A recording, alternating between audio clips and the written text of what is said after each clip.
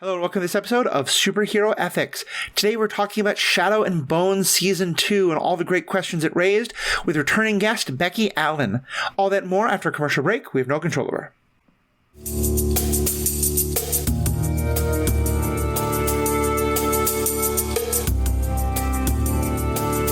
Welcome back. I'm your host, Matthew. I use they, them pronouns. As I said, I'm joined by Becky Allen. Becky is someone who I first met through WisCon, which is a great collection of people who love media and love to look at it, especially through a feminist and kind of just interesting lenses.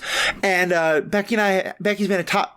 Becky has been a returning guest on a number of topics, many Star Wars related, but also Shadow and Bone. And so now that season 2 is finished, I knew I wanted to get Becky back. So Becky, if you want to introduce yourself and say hello. Hi, I'm Becky Allen. I use both they and she pronouns. Either is fine. I am a YA author who I've written some YA fantasy. I have read a fair amount of YA fantasy, and like anybody else who's read YA fantasy in the last 10 or so years, I love the Grisha-verse books that Shadow and Bone are based on. They are amongst my very favorites, particularly the Crows books, but I also enjoy the Alina and Nikolai books as well. And yeah, I'm really excited to revisit the show and talk about it with you. And I said this when we were discussing an email, but I promise to harp on the books slightly less this time than I did last time, because I have not just reread all of them, which I had last time. But yeah, I'm really excited. I think there's a lot to talk about, and I really enjoyed the show. Awesome. Well, let's just start there. So, and I will just say, obviously, huge spoiler warnings. We're going to spoil everything that's in season 2 of the TV show. We're going to also, therefore, talk about how the books portray those same events.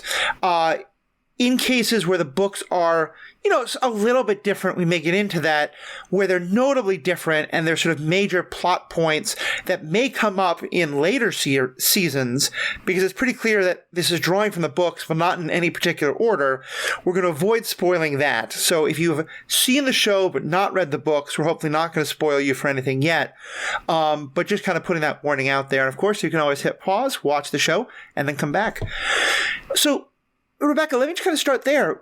Give me your overall thoughts on the show. It sounds like you really liked it. What did you like about the show, and what was you kind of feeling on it? I liked it. I love all of the characters. They're all my favorites, except that probably this season, Tamara and Tolia, who are new in this season, are my very favorites. I don't know that we have a lot to talk about with them, but they are great. They are very fun and funny, and I really enjoyed them. They are, if you're like me and you remember characters but you don't remember names, they are the Shu brother and sister who are with the Dread Air Pirate Stromhund, and who then become, and he's flirting a little bit with Alina, and she develops a relationship with one of the other Grisha, who's on the ship. Yeah, anyway, it's very nice to have Tamara, who is queer. She's a little bit on the butch side for TV, which does not show butch female characters very often. So that was something I really enjoyed. And she does have, it's a very, very minor thread, but she does get to have a nice little romance with one of the other Grisha, which I really liked. And I just thought Tolia was really funny. Yeah, they're both charming. And I think that was one thing we talked about some with season 1, was that, and certainly there was some overall discussion about season 1, was that one of the concerns was that you had a character who was, all this is in a fantasy nation, but it's pretty clear that Ravnica is in the way that a lot of time fantasy is Great Britain to some extent, and then often you have a stand-in for other related countries. Ravnica is basically Russia. They even they call the ruler the Tsar, and the Tsarevich is the prince, and Shu is China. And there had been some conversation about that some of the representation of Alina as someone from China and some of the racism against her was not the best kind of Asian representation and the like. And so I did think like having those two characters as their own characters, really being somewhat developed, spending some time in Shu itself, was definitely a step up. Although there were a couple of stereotypes still played into that I can understand some critique of, but we'll get into that in a bit. Yeah.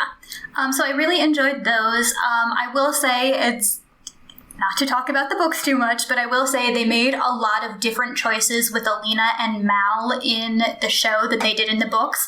And I pretty much universally thought they were good.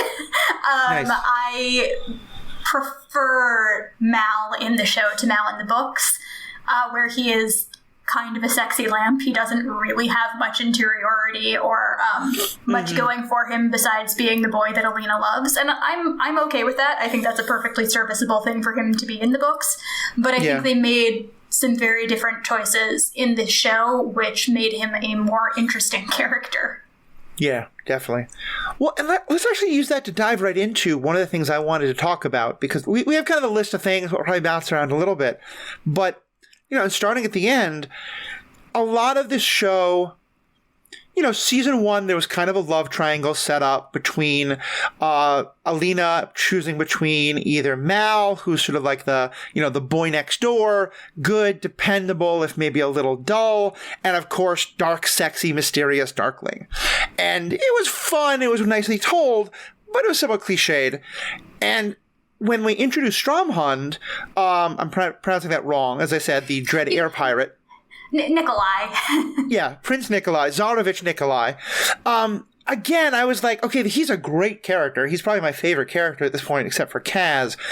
But I did think we were going to go a little bit, love triangle again, if not love quadrangle, with Darkling still flirting with her. And I really liked the fact that they actually didn't go that way, that there was a little bit of rivalry between Mal and Nikolai, but it didn't go into a lot of the cliche places. They both respected each other a lot. And even when you get this kind of, well, she's got to, look like she's interested in Nikolai, they're doing that for plot reasons, and it made some sense. And there was a lot of respect shown between Nikolai and Mal, instead of it being, oh, Mal gets super jealous, and then Nikolai is there to confront her, comfort her, and et cetera, et cetera. Yeah, I think the show did a really good job of balancing it, because it's clear throughout she is in love with Mal. There are no other contenders for her affection at this point. Like, that's who she wants to be with. And there are very good political reasons for her to marry Nikolai. And that's basically what he said. I said what he proposes. It's a literal proposal. He says, the best way for you to have the power that you need to make the changes that you want to change is for you to marry me. We can do that, and I know that you're not going to be in love with me. I know you're probably still going to be with Mal on the side, which is not great for politics, but that is what it is. And so it's very upfront about the fact that it's not a like, ooh, who is she going to fall in love with? It's, does she make this political choice, which will certainly hurt Mal's feelings and cause a problem for their relationship? Or is she going to just be with Mal, which will make all of the political stuff that she's trying to achieve much harder? And I thought that was a really interesting framing for it. Yeah. And even like at the very end of the season, Mal kind of has to go off and find himself, and we'll talk about that because I think that's also an interesting direction to take a romance in this kind of, fantasy setting. And I think we're supposed to think that there's some possibility that while they're away, that Alina might start to fall for Nikolai a little bit. But even there was a wonderful line at the end in the last episode where they're flirting a little bit about the upcoming coronation, and he says something like, if you kiss me, I want it to be, or if you're smiling at me, I want it to be because you're interested in me, not because you're trying to forget him. Which, again, often in that situation, the Nikolai character comes in very aggressively, and I think kind of almost opportunistically, to sort of say, well, oh no, don't think about them, think about me instead. And for Nikolai to expressly name that and be like, no, I want you to figure out what you're doing with Mal, and only once that's resolved, if then there's a place for me, let's talk about it. It was, again, just a really nice shift away from that cliche. Yeah, and I think that's absolutely right. And I do think that basically the way Alina's love life plays out is that she has multiple people who are interested in her, but they've kind of dropped the idea that maybe it's a triangle and she's interested in one or the other, or how's she going to choose. She's made her choice. Her choice is very clear. So even though I think in this season, the Darkling continues to be in love with her in a very stalkery way, And I think he does genuinely have feelings for her, but they are very toxic, possessive kind of feelings for her. Right. She's no longer like, ooh, that's intriguing, because it's not. She's in love with Mal. And Nikolai is very charming and charismatic and understands her and the moves she's trying to make and the things she's trying to do. And he also they're very aligned on what they want politically for Ravka. And it makes a lot of sense that they would have an alliance and that alliance would pretty much have to be a marriage. But they're both also very clear on who it is that she is actually in love with. And Nikolai being able to say, like, okay, if that changes, then we can do something, but not pretending that it's going to change or that he's convincing her to change. I think that's a big part of why he was one of my favorite characters in this. And again, it's the playing against cliche, because in stories like this, one of the things you quickly learn is that when someone seems too good to be true, they almost always are actually too good to be true. And here, we originally meet him as the power behind the people who are paying the crows to go get her, and now they're going to be angry at the crows for not getting her. And oh, by the way, now he's a pirate. No, he's a privateer, as we keep getting referred. I should call him the dread privateer, Nikolai. But and then he's actually he's a Tsarevich, and he's charming, and I kept waiting for that other shoe to drop. And I was so glad it didn't. I was so glad that they just let him be actually someone who wants to be a good ruler and who is, he's a little bit scheming. He's a little bit doing what he thinks he needs to do for what is right for his country and his power base. But he never betrays anybody. He never has a like, oh, you shouldn't have trusted me moment. He's just a good guy. And it's rare that we let a show like this just lets that happen.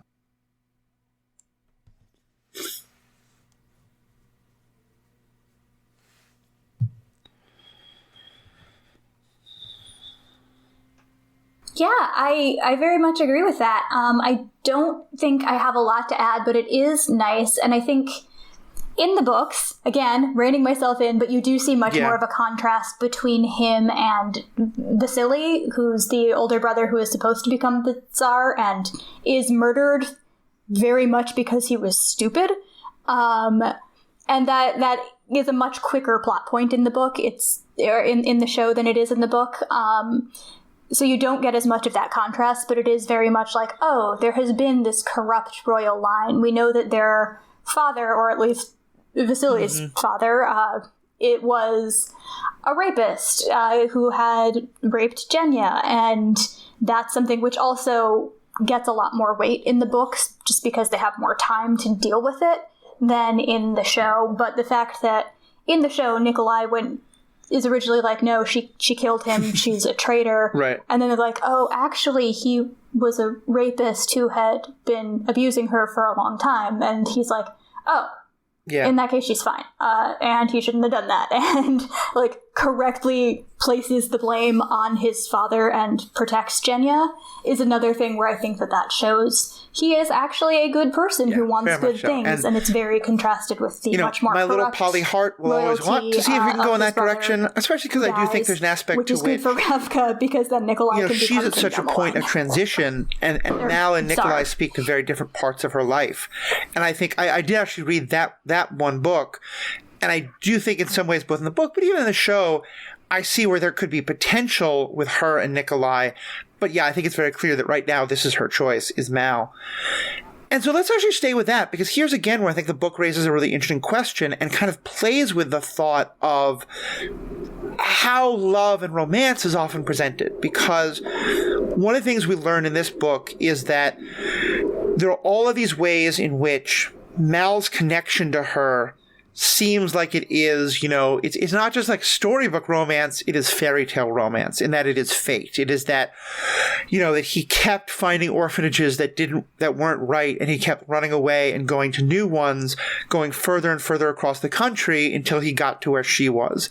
And that he's always drawn to her, and he always knows where she is, and that he quite literally is this last, mythical beast that she has to take power from. And we'll get into all the ethics about that in just a second. And in a lot of books, it would just stop there and be like, look, we are the one true love. We were made for each other. It is fate that we fall in love. And in the really cool twist, he goes, no, but wait a minute. Does that mean I don't know if you actually love me or if this is just because we're fated? You know, he kind of is like, how real are our feelings for each other if it is just fate? And at the end of the book, he basically needs to go off on his own and figure this out because he's not sure. Does he love her or is he just mystically connected to her and vice versa?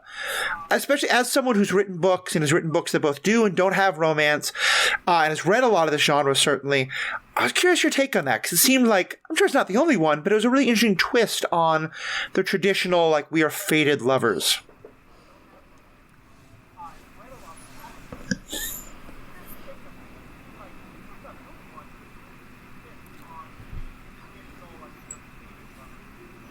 Yeah, it's definitely not standard, which I think is really cool. Again, I do think in the books it is much more standard, whereas the show takes it in a slightly different direction, and I may be misremembering where they end up in which book, because the season of the show combines 2 books about Alina and 1 book about the crows, and so there's a lot going on that moves very quickly, so I could be misremembering what happens when.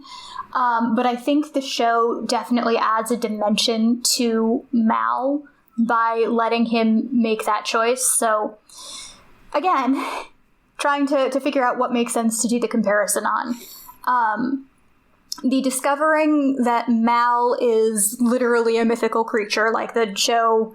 There are 3 MacGuffins, and Alina got the first one, which was a stag in the first season and in the first book.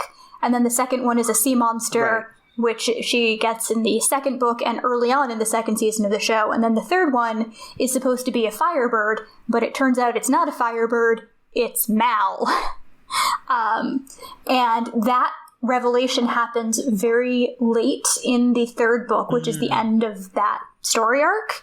And so there's not much of a sense of after, do they figure out what it is that they mean to each other or what do they want to do? Because after, their story is kind of done in the books, and the show has rearranged it so that this is, assuming there's a third season, which Netflix always a big question mark, which is I am concerned about because I would really like to see the third season of this show. But it does mean that this is something that is outside of the realm of the happily ever after that you get in their original, YA fantasy trilogy. And I think that's when I was saying earlier, I think Mal is much more interesting in the series than in the books. That's why I am really excited, like the big twist at the end. Since we said we were going to spoil everything, I just will. But like the big twist at the end where he is going to go and become a privateer and take over for Sturmhond, and it is very Dread Pirate Roberts. That's not in the books at all. That's not a thing that happens. Yeah. And so, like, I'm really excited to see a story, which I don't know quite where it's going. I think it'll be really interesting. Yeah. But I also think it's a really cool choice to have him say, no, I'm gonna go find myself. And I also think that's a little bit of a gender reversal from the more traditional female character decides she has to go find herself, which is great. And I love as a trope. Like, this is not shade on that trope, but you don't usually see that with a male character because you don't usually see a male character whose primary job is just to be a love interest. So I think it's a cool reversal for both of those reasons. And I think it's really an interesting dissection of like, is this just fate or do we actually love each other? Especially because and once the magic I love the point you made about done, the gender thing. What do we become? What do we mean to each other? And I think there's a lot of times in the love triangle, it is a woman choosing between 2 men. And generally part of the idea is that they are always fawning over her and she has to decide which of them she's going to pick. And sometimes it's a lot less empowered and sometimes it has more agency on her part. But so to have her be, to some extent, rejected by him. I mean, not in a, like, I don't want to be with you anymore, but that he is leaving her, that he is saying, I don't know if we're going to be together. I think it also, I'll be really interested to see where her character goes with that.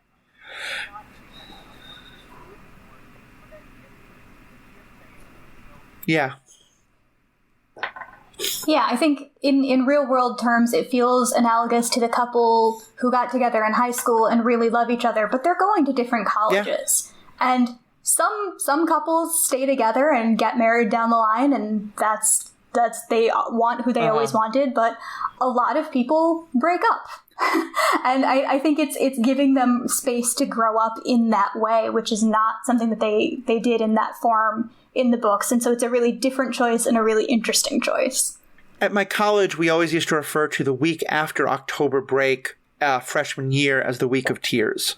Because that was the week when you'd been at college for a couple months, you go back home, and everybody breaks up with their high school sweethearts who they thought they could we referred to it as the turkey drop because it would be Thanksgiving when everybody's back in town. Yep. Same deal. Everybody's back in town and they break up with their high school sweetheart. Yep, exactly. There's, of course, the added complication to Alina's connection with Mal, which is that she killed him. Yeah. And he then comes back from the dead. He got better. Which they very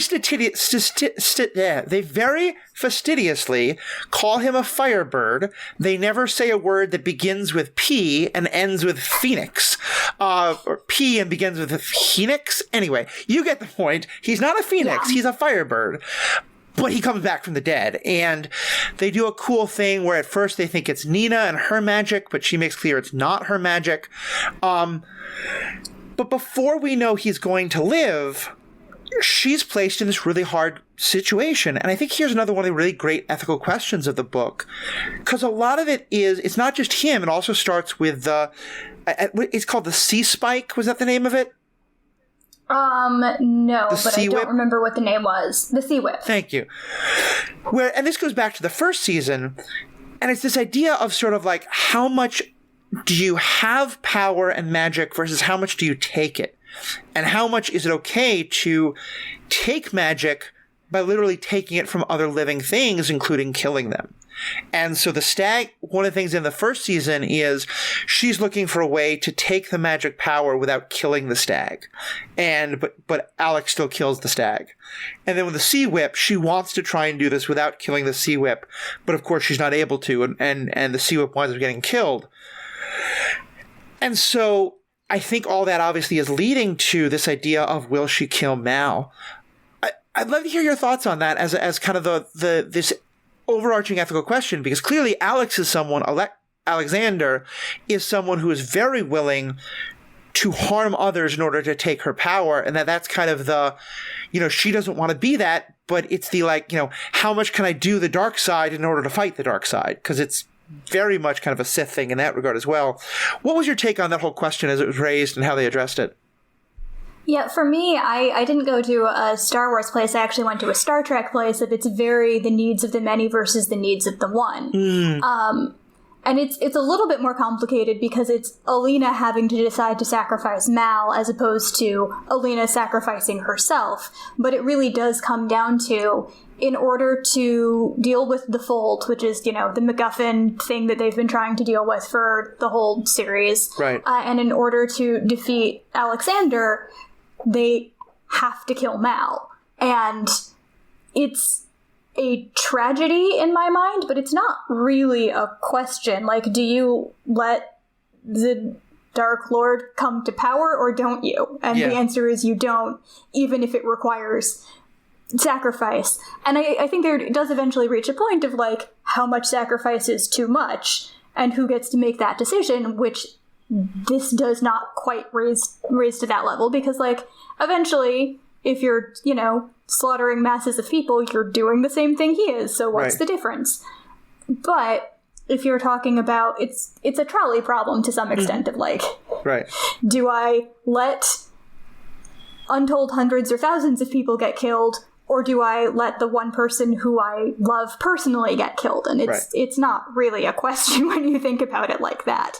It's a tragedy, but it's pretty clear cut in my mind. You unfortunately have to kill Mal. Right. And I think a key part of this, which in some ways I think it would be impossible to do it without this, but it would make the question a lot more complicated. Mal is perfectly happy volunteering for this. And in some ways, I think that's a difference between neither the stag nor the sea whip.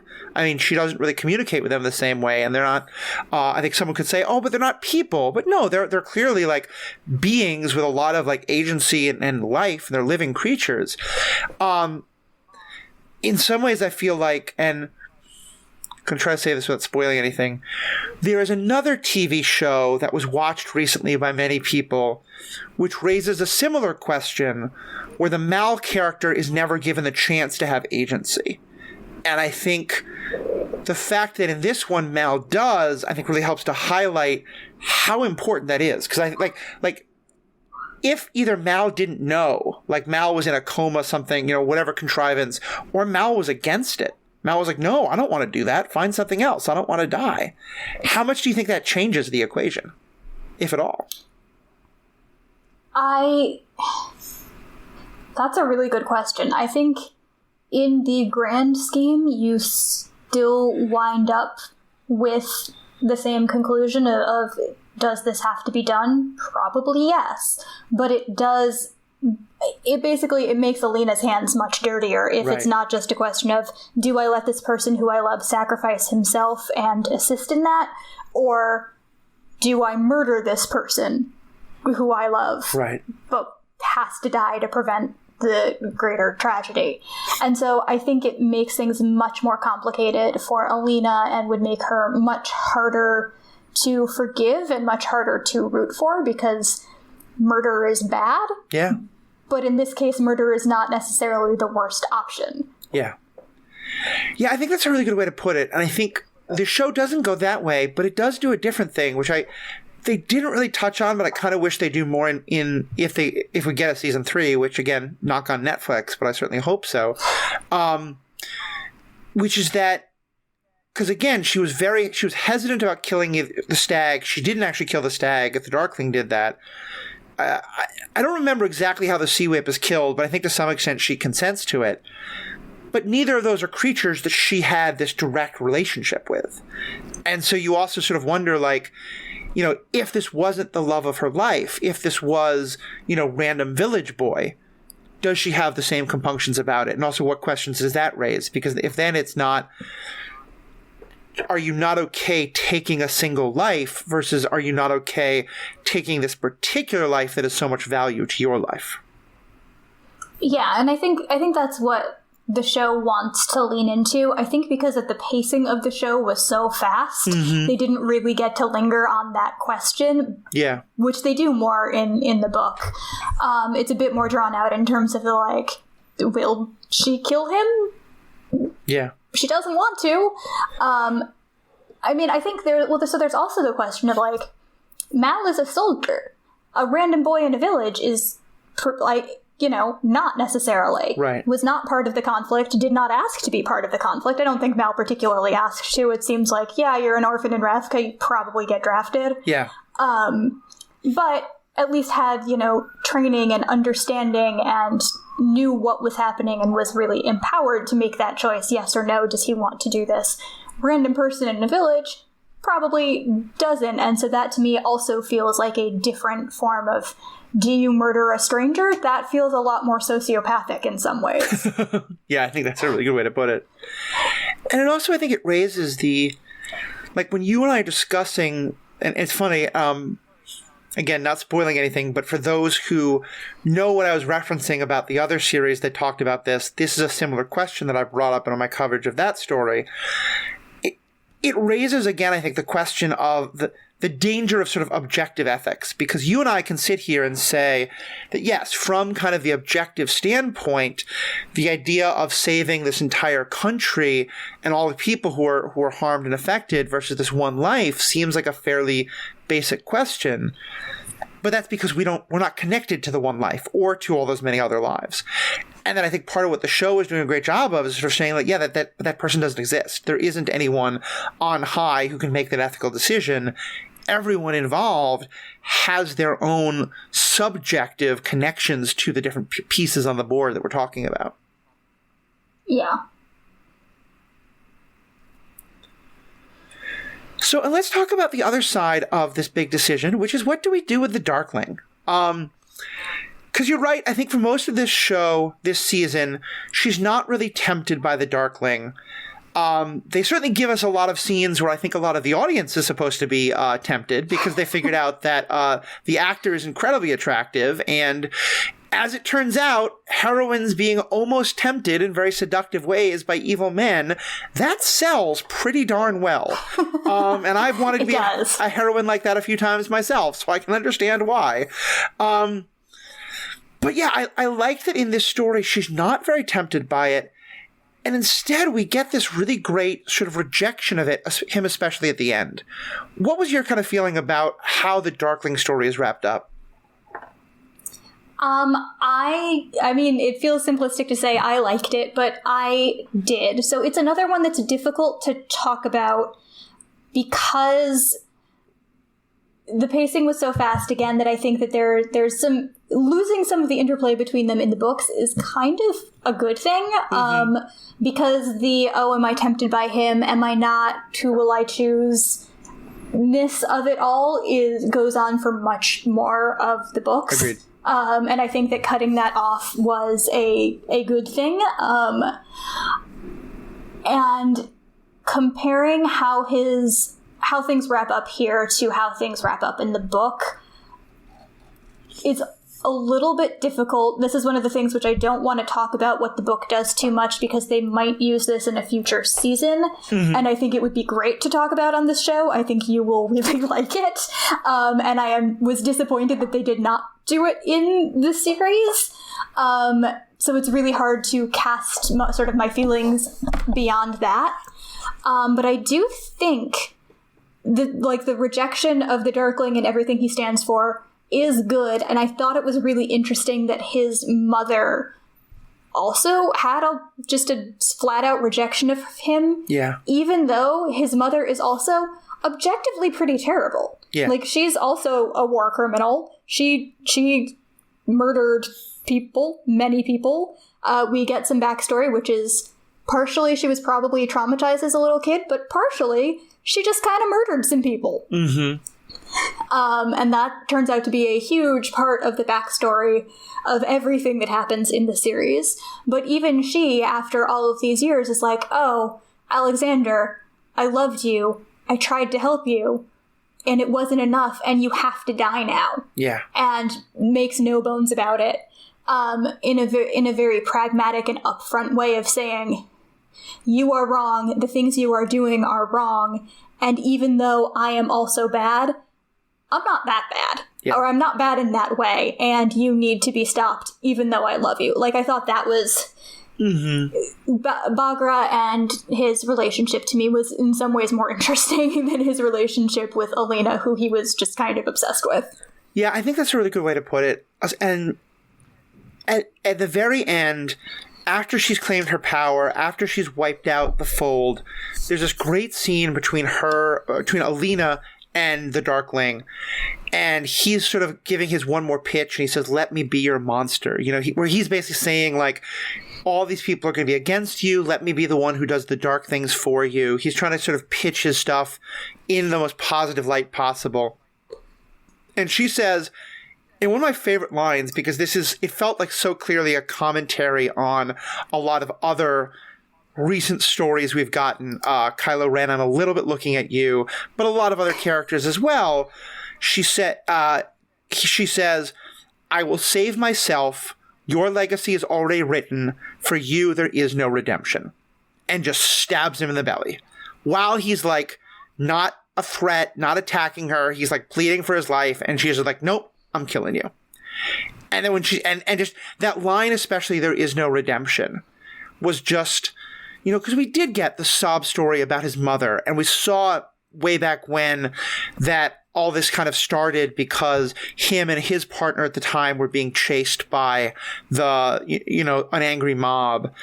And so there's reasons to sympathize for him. And so when he's like, no, Alina, let me help you, I definitely had are we going to get the redemption story now? Are we going to get he's going to help her and it's all going to be okay?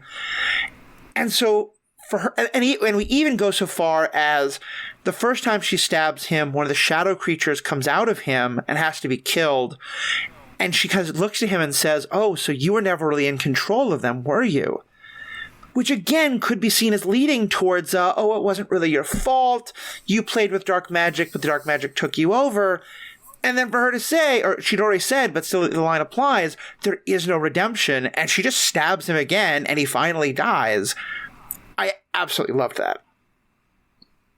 Yeah, I think that that's a really powerful thing because he will continue to have power and followers as long as he is alive, because he does have a compelling point, which is that the Grisha are essentially an oppressed minority. They're, in the country next to Ravka up in Fjerda, they're literally murdered as witches. There have been many times in Grisha history where they have been murdered by townspeople. Like a lot of the Grisha saints their sainthood was when they were killed by other people for being Grisha. So it's not like his points are completely without merit, but he takes "we are an oppressed group" and turns it into "we should be the ones in charge because we are more powerful" in like a supremacist kind of way, which is no good. And he is fully willing to murder as many people as necessary to gain that power. And like that's what the Fold is he created it as a weapon, and that was dark magic, and it led to bad things that were unexpected, but then he continued to use it as a weapon, and when Alina is trying to dismantle it, like it's the whole arc of the first season, if she thinks they're going to get rid of it, he actually just wants to be able to control it, to use it as a weapon to maintain his power. Yeah. And so that, to me, like that makes it very clear that this may have come from trauma, and it may have come from having a valid point at some point, but it is no longer about I am trying to protect myself as a marginalized person and protect the other people in my community. It is very much about I am trying to seize personal power and will do whatever I have to do that. Right. And so there kind of is no redemption from that. Those are choices that he made. And so, like, how do you redeem yourself from that? I would love to think it's possible, but I genuinely don't know how a character would do that.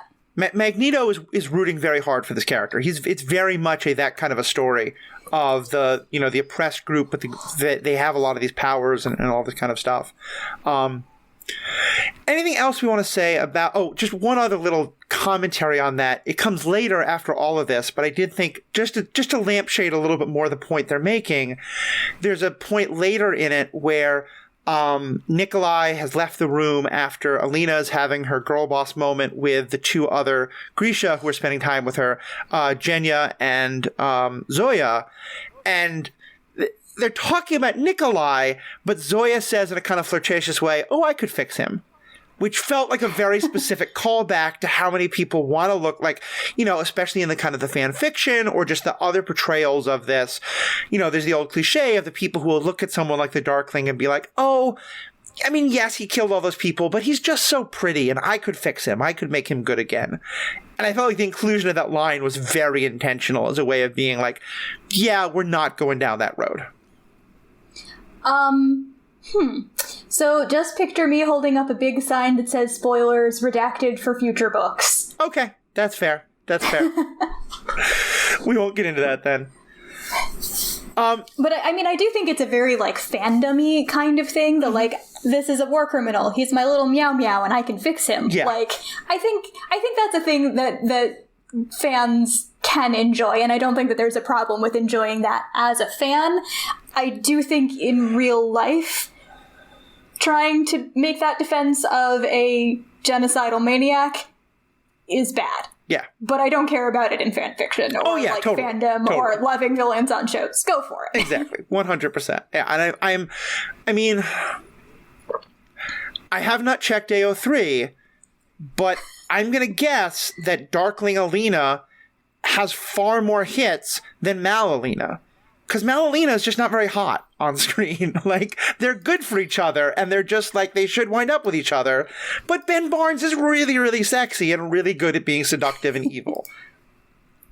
Well, and I think in some ways, like, I say this for me because I feel bad, but Adam Driver did nothing for me. Mm-hmm. So I feel very much like Kylo Ren wants what the Darkling has. Yes. but it's that same kind of like, I'm evil, but in a sexy way, and I've murdered a lot of people, but isn't that intriguing to you, the female protagonist, and you, the viewer of any gender? And it's like, yeah, sometimes that is intriguing. All right. Look, in terms of seductive but evil and bad boy you can fix, Adam Driver clears the Hayden Christensen bar with so much room to clear. And granted, it's a low bar, but you're right. No, I think Ben Barnes is the top, and then Hayden Christensen away below, and then, or no, Adam Driver away below, and then Hayden below that. One other thing I'll say on romance, and then we'll get to the Kaz and the Six of Crows of it all, because honestly, that's my favorite part of the story, and I think you've said similar as well. I love unrequited romance stories, and I love will they, won't they stories, but I hate when they are overdone, and I hate when they're somewhat contrived. And so the fact that the season ended with not one, not two, but three one true pairings that should be together, all being apart. The Kaz and Inez not being together, we're going to talk about, but like, I have a pardon from the king, but I dropped it on the ground. And okay, that was really stupid. It just felt so contrived. It just felt like so that she could hang out in the I can't be with my one true love group with the other two. I hated it so much. So I will say, to their credit, and this does involve talking about the books, they are setting up for a really specific plotline from the books that requires Matthias to still be in prison. Okay. So they needed a way for, like, Nina's motivation had been getting this pardon. And so they needed a way for that to be her motivation, but not work. I think the execution there was really, like, ridiculous. Okay. Just so I was worried But because I know what's coming and I'm like gleeful about it and I can't wait for you to experience it, because I think you will like. Okay. If the next season, if there is a next season and it does the plot line that I expect it to from where all of the dominoes are now waiting to be knocked down, I will really like it, and I think you will really like it. I think you're right. It's probably the execution. And it's also probably, as you said, this is a number of books all being combined into one. And so if we had all three of those love that almost get together but then has to break apart over three different books, that's one thing. But to have Inez walk away from Kaz, Mal walk away from Alina, and Nina not be able to get to Matthias, all within 15 minutes of each other. I was like, come on! Who got dumped the day before they wrote this? Because this is just someone who's like, no one can be happy. And I do think, like, comparing that to the books is interesting. So one thing that I will say, talking not about the books, but about what they did, is they did a lot of picking and choosing, because season 1 was book 1, right, with some Crow stuff added in. Season 2 is books 2, 3, and 5. Mm-hmm. And it's setting up for books 4 and 6. And so it's like, some of these things don't happen in the books at all, like that Mal and Alina thing does not happen in the books at all, so that's a really interesting choice. The Kaz and Inez stuff happens at a completely different point, and the Matthias and Nina stuff is a setup at the very beginning for them, so it's a really, like, weird mishmash that I think does feel a lot like Who Got Dumped, but it also just feels like, oh, in our grab bag of plot points that we were putting together, whoops, we accidentally put 3 breakups from the completely different areas into one. So it's a little bit weird. I think that a lot of that is execution. I should also add that mixed in with those, in that same 15 minutes, perhaps the most sympathetic character of all finds out that the love of her life just got killed. So it's like, just romance is dying all over in terms of David and Jenya. Yeah. Oh, that's wrenching. Yeah. Okay, but so let's talk about the Crows. I just love Kaz. I love all of them, but talk to me about your feeling on the Crows and how they're portrayed here. I like them. So the the crows are the best. I think that's pretty much universally agreed on. Like, I am very much an Alina like, when it comes to the books, at least, I am an Alina defender, but the crows books are better. They just are. And I think the same is true in the show. The crows are a more engaging and dynamic group. I think the Alina through line is a much more like, they've subverted in some ways, but it's a much more standard. There's a chosen one hero, and she has to save the world and defeat the bad guy, and you know in broad strokes how that's going to play out. Right. And it's fun to watch, and I like it. The crows are special. Like, they just feel special. They feel unlike other things that happen in the genre that they're in.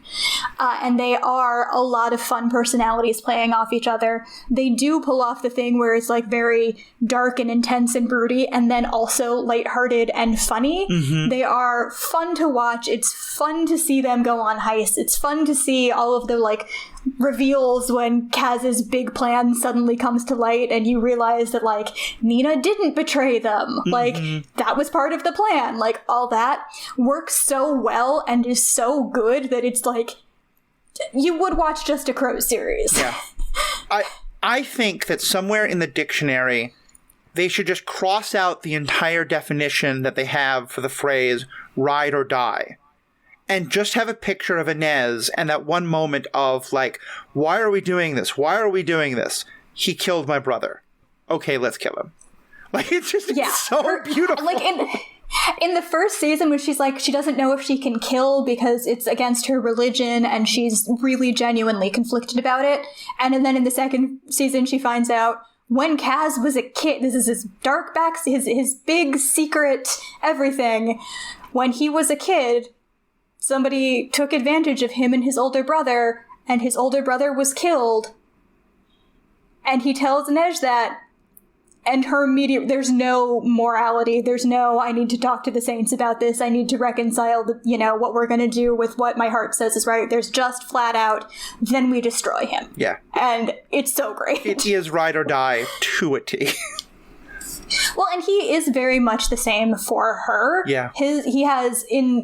He's sacrificed a great deal of, like, his personal fortune and his personal stakes to be able to keep her from being sold back into slavery, essentially. And one thing that I love, and I think this is often the mark of a really, like, compassionate character, is when they can observe the pain of one person and want to fix it, but then instead of just being like, cool, I saved you, we're done, be like, now I want to save others. And so it's just a throwaway line. But in that last episode, when he's back in the Crows Club and is clearly doing really well, and he sends an offer to the brothel where he basically says that he will buy out the indentured contracts of any of the women at the brothel to let them be barmaids at his establishment. And he clearly says, like, yeah, they'll be serving drinks, there'll be customers, but in his words, there'll be no skin trade. This is a salaried position. And that's, like, I think it's pretty clear he could hire people anywhere. And yes, their customers, like, they're going to be flirtatious and pretty, but he's not doing that for the business. He's doing that because he saw what happened to Inez, and now he wants to buy out others as well. It's just such a beautiful moment. It's really good. You describe him at one point as an anti-villain. Talk more about what that is, because he's in this really interesting place where, like, go ahead. I was just going to say, I think that was a typo, but it's a great phrase. Yeah. It's a phrase that my friend Paul has used on the show a couple times. I'm curious, whether you use that phrase or not, where do you think he stands? Because he's fastidiously even at the end, they've all had their big victory, and, the king says, we thank you so much for your help. And he says, we'll take your thanks in gold. Thank you very much. Where do you place him in kind of hero-villain status? I mean, he is very much an anti-hero. He is somebody who is ultimately on the good guy's side, but very much on his own terms. I don't think he would participate in war crimes for profit, but if he's on the side of, if he's on Alina's side, he's still going to look for ways to profit from being on Alina's side. Right. And I think he does have a lot of personal revenge motivation, which is interesting and we'll definitely talk about. Mm-hmm. And spends a lot of time and effort trying to come across as, I have no morality, I have no lines, I will do whatever I have to get my revenge and get my gold. But it also demonstrates he does have a line, and he does have, like, he will draw a moral line in the sand, and not cross it. And so I think that firmly places him still in hero territory, but he is a hero who does not have qualms about most murders. He does not have, like, in the books, he straight up tortures some people. His moral bar is much lower than most of the other characters, and definitely, like, sort of the lowest of the good guys. Yeah. And he's okay with that. He absolutely does not mind, and he will be a villain when he has to. But he is not somebody who is, and like what I had mentioned when we were talking about this before, is like the difference between him and the Darkling is very much one of scale, because the Darkling, I think, has much more noble causes for his, villainy initially, but is a genocidal maniac war criminal, whereas Kaz has really only very personal motivations for doing horrible things, but also is not going to murder swaths of people. Right. Like, I think one of the most revealing scenes about him is when he has that final confrontation with Pekka, and he brings him down, and for a lot of the episode, he is strongly implying that he has kidnapped Pekka's kid and literally buried the kid alive. And that... Yeah, and this is a child. This is like a 6-year-old. Yeah, this isn't like, your 20-year-old son. And I thought it was brilliantly written that I watched that whole scene not honestly knowing if he had done that or not. Where I thought that the way his character had written, it was possible that he had done that. And in the end, we find that he hadn't, and that he had kidnapped the child, which is in and of itself a thing that should be mentioned. But he didn't put the child in any real danger. I don't think he ever would. And he acts a little almost kind of jokingly offended when someone thinks he might have, but also like he wants people to think he might have. Well, and he's been so convincing, and this is one of my favorite things. He's been so convincing that Jesper and Wylan, who are both crows, they both work with him and generally, like, respect him, also both think he is fully capable of burying a child alive. Yeah. Because he sends them to do, like, reconnaissance, basically, at Pekka Rollins' hidden country estate, and they discover this kid, and they say to each other, we can't tell Kaz that he has a son, because they know full well Kaz will exploit that and do something terrible to this child. And it turns out Kaz already knows and fully is... They're like, yeah, we didn't find anything. And he's like, really? You didn't find his son? And they're like, oh. And so they say, yes, we did. He's there. But only because Kaz already knows. But the fact that people who, I wouldn't say trust, but more or less trust and like Kaz also think it's totally possible that Kaz would murder a child, I think speaks to the fact that Kaz has very effectively painted himself as somebody who will do horrible things, when the reality is that, actually, no, he's not going to murder an innocent child. And I think, and I do think it's also important, I think it's in part because he's just like, he doesn't want to murder innocents in general, but I think we are definitely that Pekka's child is about the age, maybe a little bit younger than he was in the flashbacks we see where his brother got defrauded and ruined by Pekka. And I think that's by no means coincidental. He is... Yeah, no, that's absolutely on purpose. Yeah. And it's really well done. Yeah. I think another reason why I love Kaz so much is I've talked before on the show that I'm disabled. I have a prosthetic leg. I walk with a cane a lot the way he does.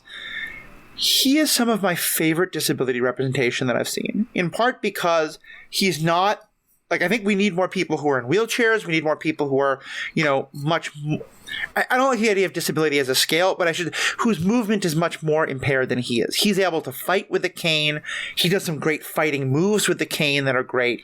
But I watch that fight scene carefully, he still has a bad leg. Like, he's not faking that by any means. But there's a beautiful scene where they talk about, like, people I think when they're in Shu, and talk about, like, someone going after your weakness. And he makes clear that he wants everyone to think his weakness is the cane. And his bad leg. It's not. his weakness is Inez, like, and his feelings for her, because that's the part so good. I know, it's so romantic and it's so beautiful. It just like, but it was just a lot of times when disabled characters are in this show, either they're the thing that has to be rescued, or they have such a heart of gold. They're just perfect and wonderful, and how can you not want to help them? And so having someone who's disabled also be kind of an a-hole and just really dark, but also have this incredible romantic side, it was just so great to watch. It's really great, and the fact he doesn't conveniently become not disabled. Mm-hmm. He doesn't have he's not a Grisha. He doesn't have a superpower that makes up for. Yep. That's not a great way of putting it. He doesn't have something that makes his disability no longer relevant. Right. Which happens has a bad way leg. Too often in shows like this. Yes. So he has a bad leg. He uses a cane. He can walk without the cane for some period of time and will eventually need it or need to stop walking. And he is...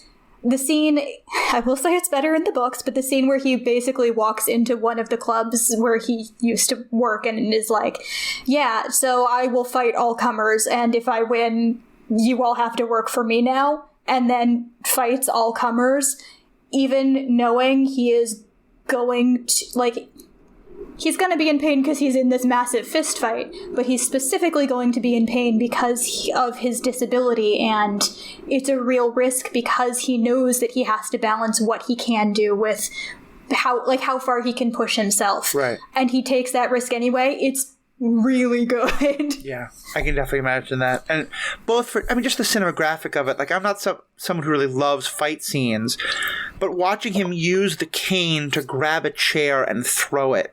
It's clear that this is someone who has thought about... Did you watch the show Hawkeye, the MCU show? No. Echo, who's one of the characters on there, and she's kind of a villain, but she kind of becomes a good guy towards the end, a good character towards the end. She has a prosthetic leg, and there's a couple times where she uses the prosthetic leg in very specific ways in combat that you couldn't do with a normal leg. And I love that, and watching him do that thing with a cane. But you're right, it's also, he knows how many spoons he has, to use our own modern language, and he balances that. Mm-hmm. And I will say, just as a shout out to Leigh Bardugo, the author. She has spoken about, I don't know precisely, what the background on it is, but it is not my point, but she has a bad leg. She uses a cane. Yeah. And she wrote Kaz in part because she wanted to write a disabled character who was a badass. Yeah. And that's really awesome. And she just landed an enormous book deal. Awesome. That's a whole side tangent. But she is making 8 figures, which eight figures, I think it's to write 10 books across the publisher. They're like, we don't care what they are, we don't care what genre, we don't care what age range, just keep writing books for us. Okay. And I think having a disabled woman writer make that kind of bank is really awesome. Yeah. And she's really cool. Anyway, so that's a whole side tangent, but I think that one of the ways that you get better disability rep is to have more disabled people involved in media creation. And I think that this is a really good, look at how powerful that can be. Yeah, I think it really is. Especially because, and here's my one big bone to pick with the way his story is told. I'm curious your thoughts on it. One thing they also make clear, and this is someone I think we often like to think of physical disability and mental disability or mental health issues as fundamentally different things that are totally unconnected and totally unlinked. And they're often a lot of the disability communication. When you say, oh, this person's disabled, I think for most people, the image is a person in a wheelchair. I mean, that quite literally is the logo for, accessibility and stuff like that. And obviously there's many other physical disabilities, but also mental disability is a big thing. And I think we kind of get, this is Grisha in an approximate 1800s kind of world. We don't get modern medical terminology used. But I think saying that he has PTSD or borderline or something like that is very legitimate. And seeing the way that's portrayed, I thought was really beautiful, especially because we get a better sense of this is why he doesn't like to be touched, and this is why he doesn't why he keeps his gloves on all the time is because he has very big issues about being touched, which again can be very common with people who have a lot of childhood trauma. How did you feel about that was portrayed, and then how that comes about in his romance with Inez?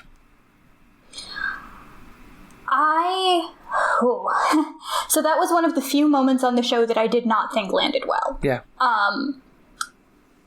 And again, it's one that I can't really talk about without talking about the books, because a lot of the dialogue for that is directly from the book. Okay. But, like, so I said that they do book 5. That dialogue is in book 4. Okay. And like, I literally looked it up before we did this. I was like, I'm not... Where is that? Yeah. I think it lands very differently in the book because his relationship with her is at a different point in the book. And just to be clear, we're talking about the scene where he finally sort of professes his feelings for her. And she kind of pushes him to do it. You know, she says, "What do you want?" And he says, "To die under a pile of gold," which I'm okay with the idea that Kez is a dragon now. But she pushes a little more. And he says, "No, I don't want you to leave. I want you." And her response is to say, you know, to kind of almost mock him a little bit and say, but would you want me with your gloves on? Would you turn your face when I try to kiss you? And I actually wrote down this, I can quote it. And then her final line is, "I will have you without your armor, Kazbrecker, or I'll not have you at all." And as I hear where you're going with the books, but just first, just kind of like spell it out. What about that didn't land well for you? It didn't land well for me because it feels a lot like, I don't want to deal with your mental health issues, Kazbrecker, so come back to me when you've healed a little. Which is complicated because on the one hand, you can't necessarily ask your loved ones to fix you. You can't, like, if you're going to be somebody who... I think he would be very toxic in a relationship. And a lot of that is from the PTSD, but that doesn't mean it would be okay to be toxic in a relationship. Yeah.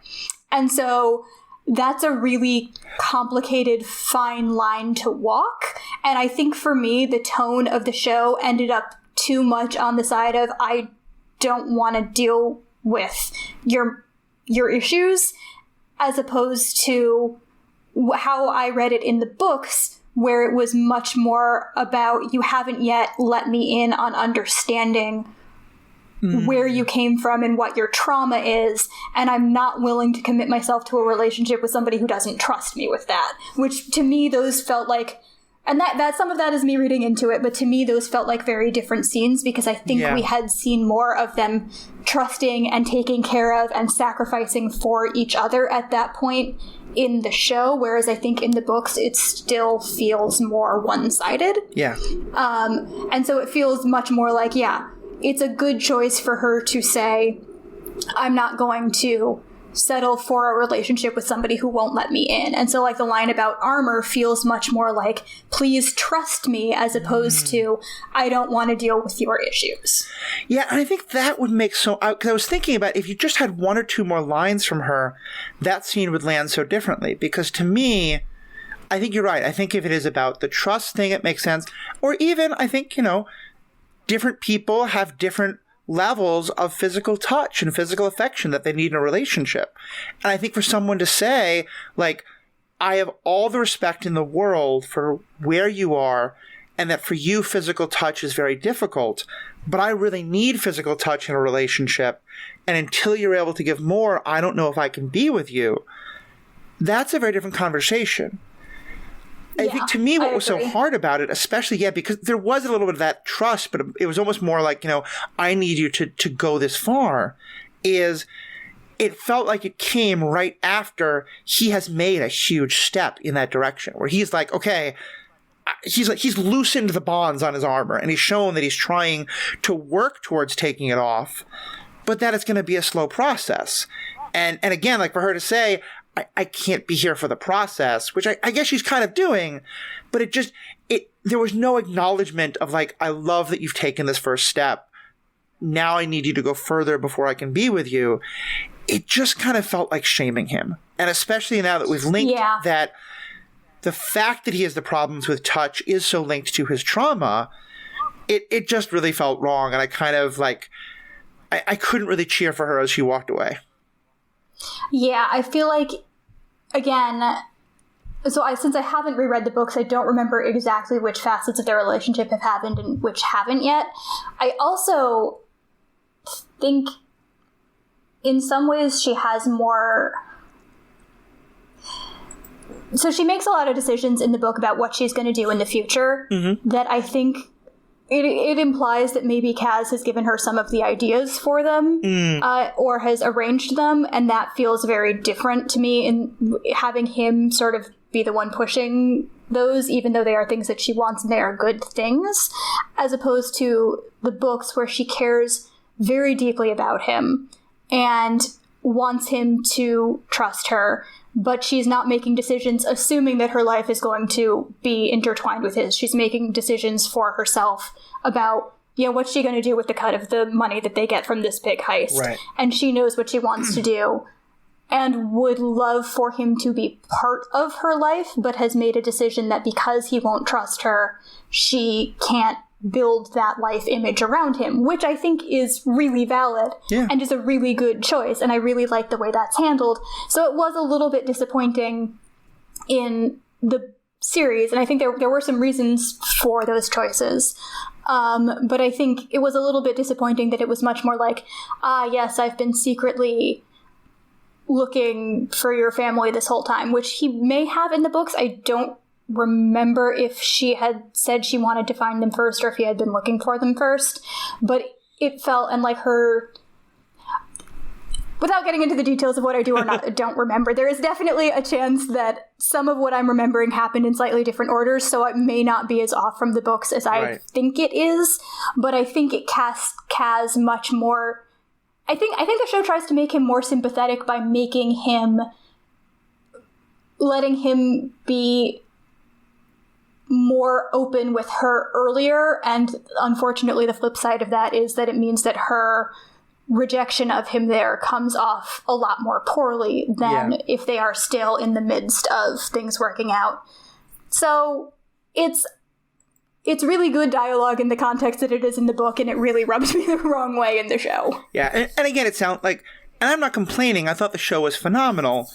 It, though, does sound like it's one of those where, like, because they're trying to have this very specific rhythm of season 1, we establish all these couples who might get together. Season 2, they get together, but then they get, or at least they lean towards it, but then they get separated again, so that by the end of season 3, we can have, them all getting their happily ever afters, that they needed to kind of like pull things from a couple different parts. And so it just felt like it just didn't work. So, but I'm glad particularly because these issues of romance and mental trauma and touch and, are all things like, I love that we're exploring a character who has real trouble being touched romantically because of their trauma, and that it's a male character. We don't see that often. So I love that we're doing this, and I have faith that we're going to see it done well. I just want us to comment on that one part.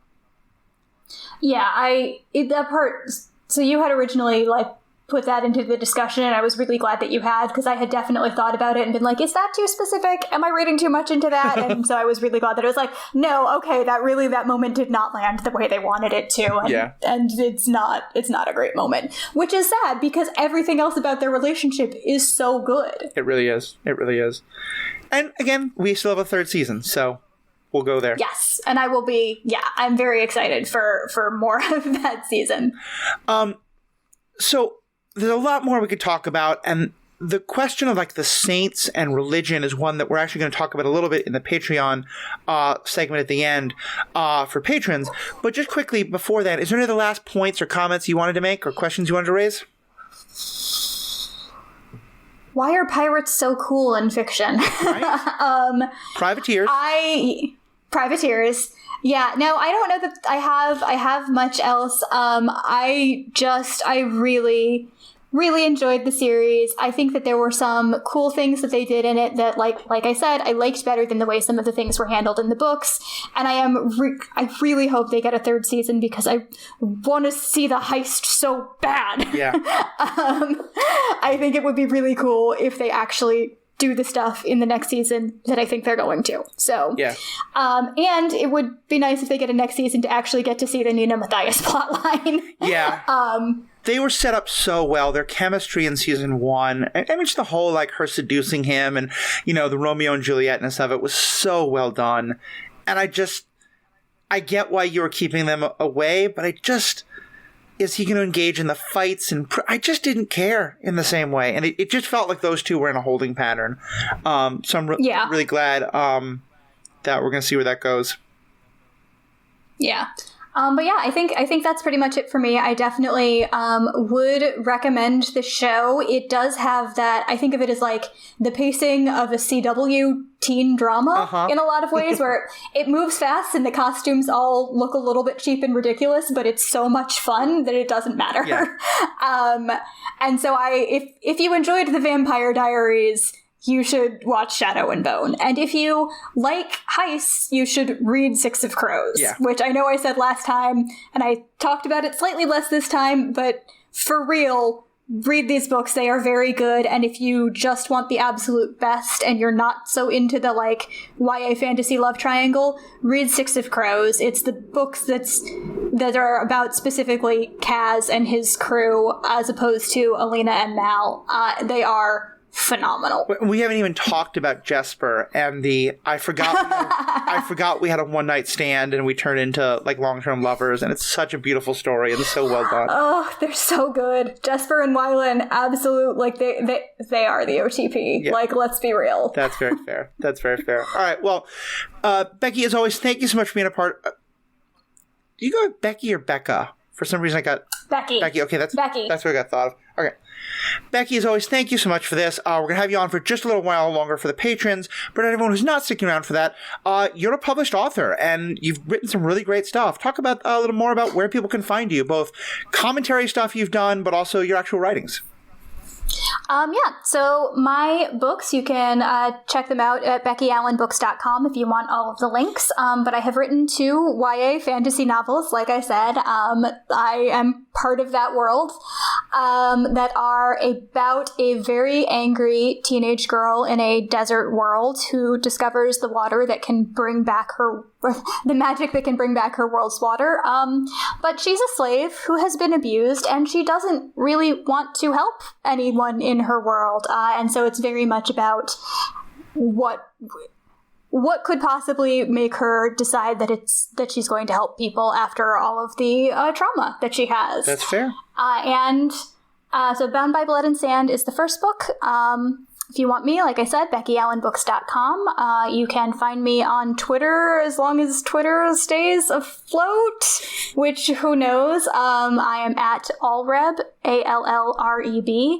And you can also, from either Twitter or my website, find my newsletter, which I send once every couple of months, and it tends to be a long ramble about writing or learning to swim as an adult, taking adult swimming classes, and dealing with burnout and other just general living life and trying to figure out how all those pieces fit together stuff. Nice. Well, so glad to have you on as always. Definitely do check that out. Some great writing in those books. It sounds weird. Definitely do check all that out. Becky's a great writer as well as a great commentator on this stuff. So good to have you on. And of course, for those of you who are tuning in, you can find this podcast as well as my Star Wars Universe podcast that Becky has been a guest on. We did a great couple of things on Rogue One and the idea of the hero's journey versus sort of the big collective. All that you can find by going to theethicalpanda.com. There also you'll find all the ways to support this podcast through our Patreon and other things like that. And most importantly, the ways to give us feedback. Love to continue the conversation with you all. What did you all think of this season of Shadow and Bone and the books and how it all connected? Find us in email, Twitter, TikTok, all those things. So on behalf of myself and Becky, thank you all so much. We have spoken.